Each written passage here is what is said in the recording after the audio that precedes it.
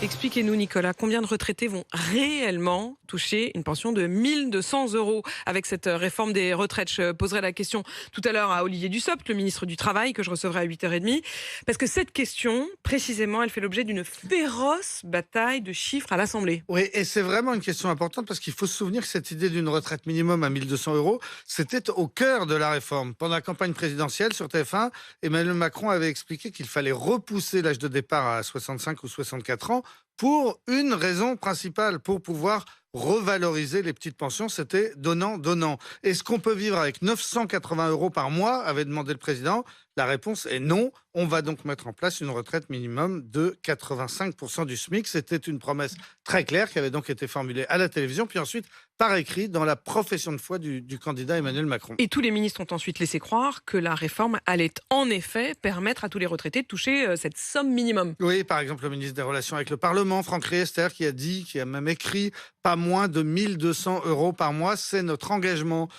La secrétaire d'État Marlène Schiappa qui a parlé d'un plancher à 1200 euros, retraite minimum, on dit Bruno Le Maire et Gabriel Attal. Et Olivier Véran, le porte-parole du gouvernement, avait même estimé que 2 millions de retraités allaient bénéficier de ce plancher. Sauf que c'est beaucoup plus compliqué que ça. Et oui, parce qu'en découvrant le détail de la réforme, on a compris qu'il y avait de strictes conditions pour bénéficier de la hausse promise.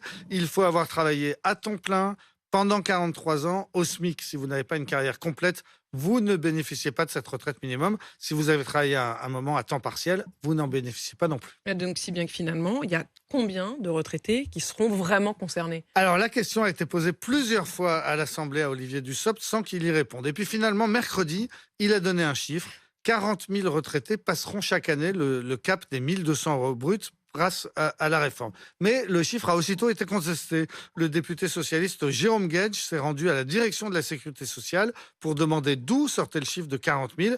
Et selon lui, l'administration lui a répondu que ce n'était pas 40 000, mais plutôt seulement 13 300 nouveaux retraités qui bénéficieront effectivement de la réforme en étant augmentés de 100 euros. Jérôme Guedj a alors traité le ministre du Travail de menteur, c'était hier. Olivier Dussopt lui a répondu qu'il perdait les pédales, mais Olivier Dussopt a reconnu finalement qu'effectivement l'an prochain, la mesure ne touchera que 13 000 salariés et non pas 40 000. Ce chiffre de 40 000 bénéficiaires est attendu non pas pour l'année prochaine, comme ça avait été dit, mais pour 2030, ce qu'Olivier Dussopt avait oublié de nous dire dans un premier temps. Olivier Dussopt, il fait valoir que de très nombreux retraités pauvres vont tout de même voir leur pension augmenter. Oui, il donne le chiffre de 1 800 000 retraités qui vont avoir une augmentation, dont la moitié, une augmentation de 70 à 80 euros par mois, mais 30% qui auront moins de 30 euros par mois d'augmentation. Mais on peut prendre les chiffres différemment.